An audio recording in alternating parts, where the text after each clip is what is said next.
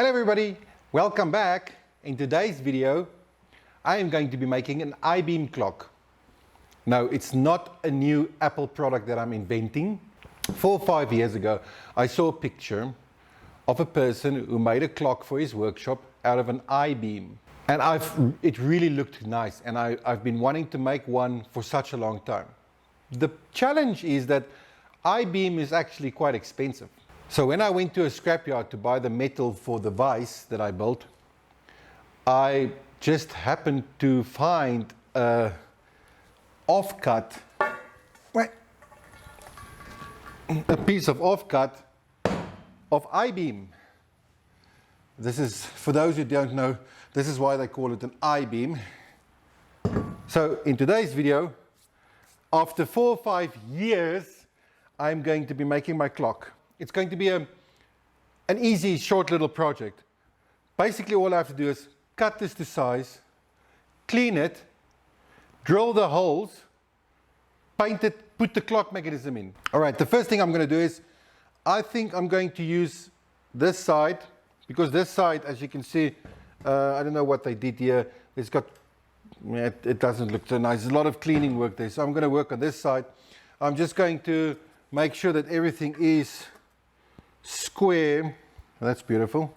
That this was a square cut that was made here. Oh, that's perfect. All right. Then I'm going to measure the height. It is 203. That's an interesting measurement, 203. Wow. So then I'll make it 205. So it can be almost square. The part about this project that's going to be the challenging part is how do I cut this with my little baby grinder, which is all I have. Where's that mark now? Okay, there's the mark.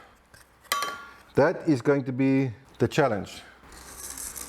This is going to take me a while to properly mark this, because what I'm thinking of doing is taking the grinder, making a cut straight through like this and at the bottom, and then putting the grinder in and cutting back and forth in the center until I meet these cuts from the top and above. And I think that should work quite nice. That's perfect. That lines up perfectly. If you think that you can have enough steel rulers, I bought this one the other day. It's my 4th one of various lengths. And I've used all of them. Really handy. Okay, great stuff. That was quite simple. Now, time to get out the angle grinder and see if I can cut this.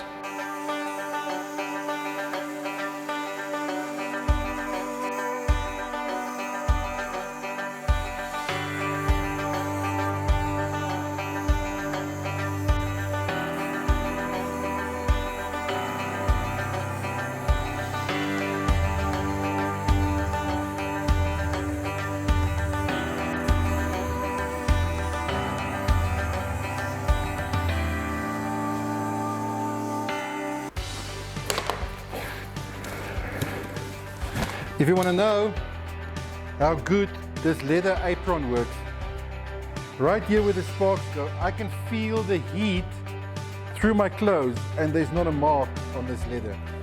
I've said it so many times before, I'll say it again. If you're going to do a lot of grinding, you definitely must get yourself a leather apron. It works amazing. Now this part's going to be interesting.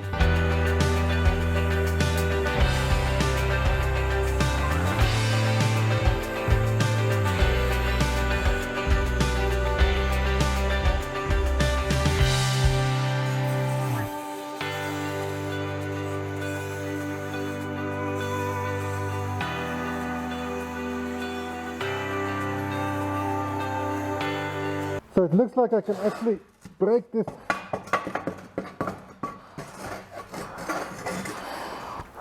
This is such a cool, I don't know if you can see I hope you can see this.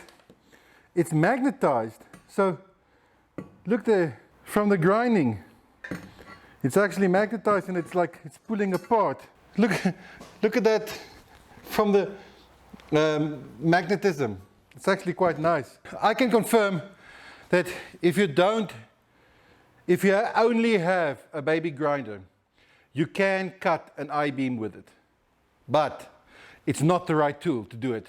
It should be cut with something bigger and better suited to the job. Baby grinder, not the ideal. The sparks hits the metal here and then comes up at my face, blinds me, I can't see.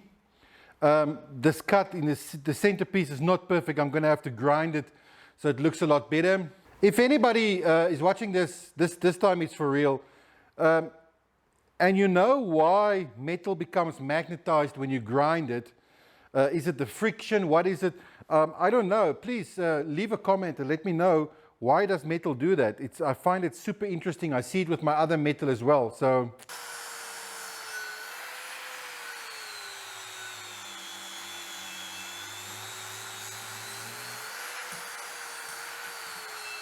All right, I've grinded the edges, cleaned the top and the bottom. I'm gonna use this wire brush now to quickly clean out the rust here.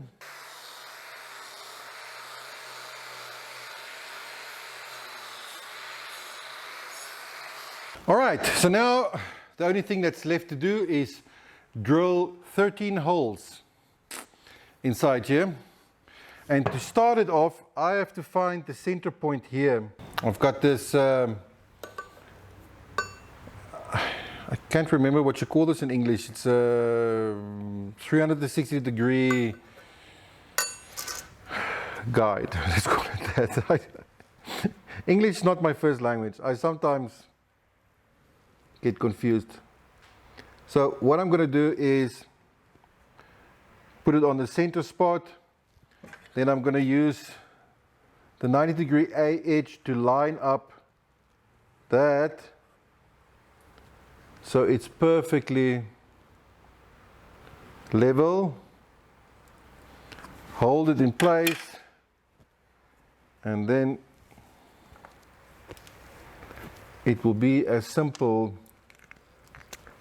as I can mark there. Now let's see, 6, so that will be 120, 150, every 30 degrees. All right, I'm halfway through drilling 26 holes. And so far, it looks very nice, but my right arm is protesting. Everything is done, just time to paint. I'm going to first start with a primer, and then I'll put the color on, and then we'll be almost done.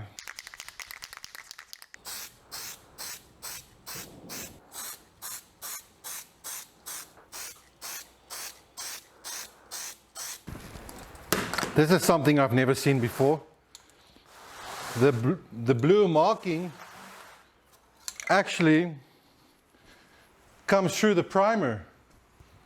So look, when I spray it, look what happens.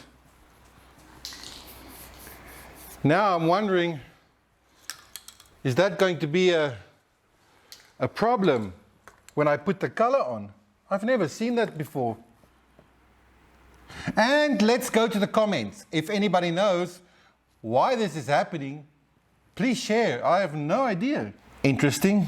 I'll let it dry and give it another coat and see how it goes. But if all else fails, I can always put this white side at the back. All right, even after the second coat of primer, the blue is still coming through. I'm hoping the color is going to sort it out. For the color, the cameraman decided on metallic green. Look at this metallic green spray. Just have a look at that. Oh my goodness, I am loving that. Oh, something interesting. After 3 coats, I can still see the marker blue coming through. So that will be the back side. Let's quickly put it together. I want to just clean here. So these screws will go in here, all the way around.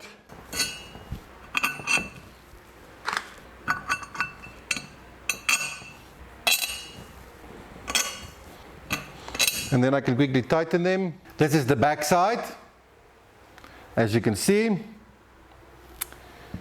Now, just look at this. I put the dials in. Have a look at that.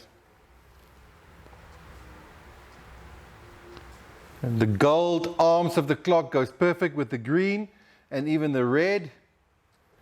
And that is the perfect workshop clock. It's actually a thing of beauty. In its simplicity, it is incredibly beautiful.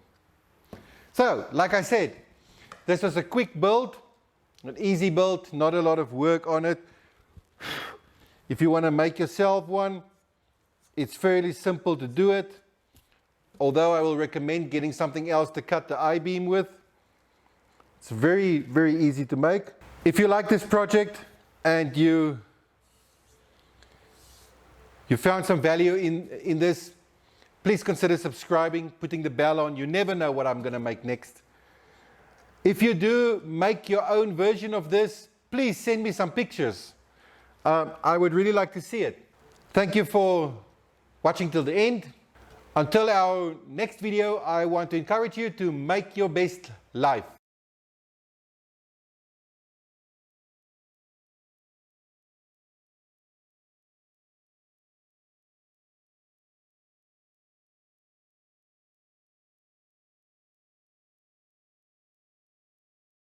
Now there's one part I don't know how to do, and that's how do I draw that line on the center, because there's a rounded edge on the inside here. So how that's a fascinating problem to have. I'm going to try and solve it, but I want to ask if somebody out there sees this and actually knows how do I draw a line from there to there, please leave it in the comments. How would I do that?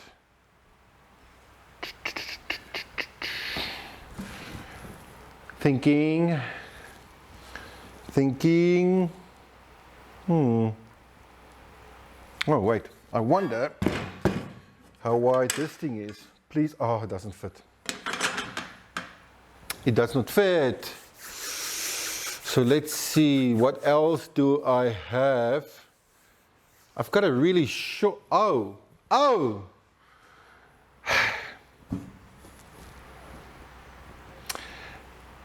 Please don't leave a comment. I'm just stupid. It's actually very simple. I know what the distance is. I can just measure it from this edge, and sometimes I wonder. If you were watching this and you're like, just measure it, then I apologize for putting you through that. It's actually not really a challenge. It's simply a case of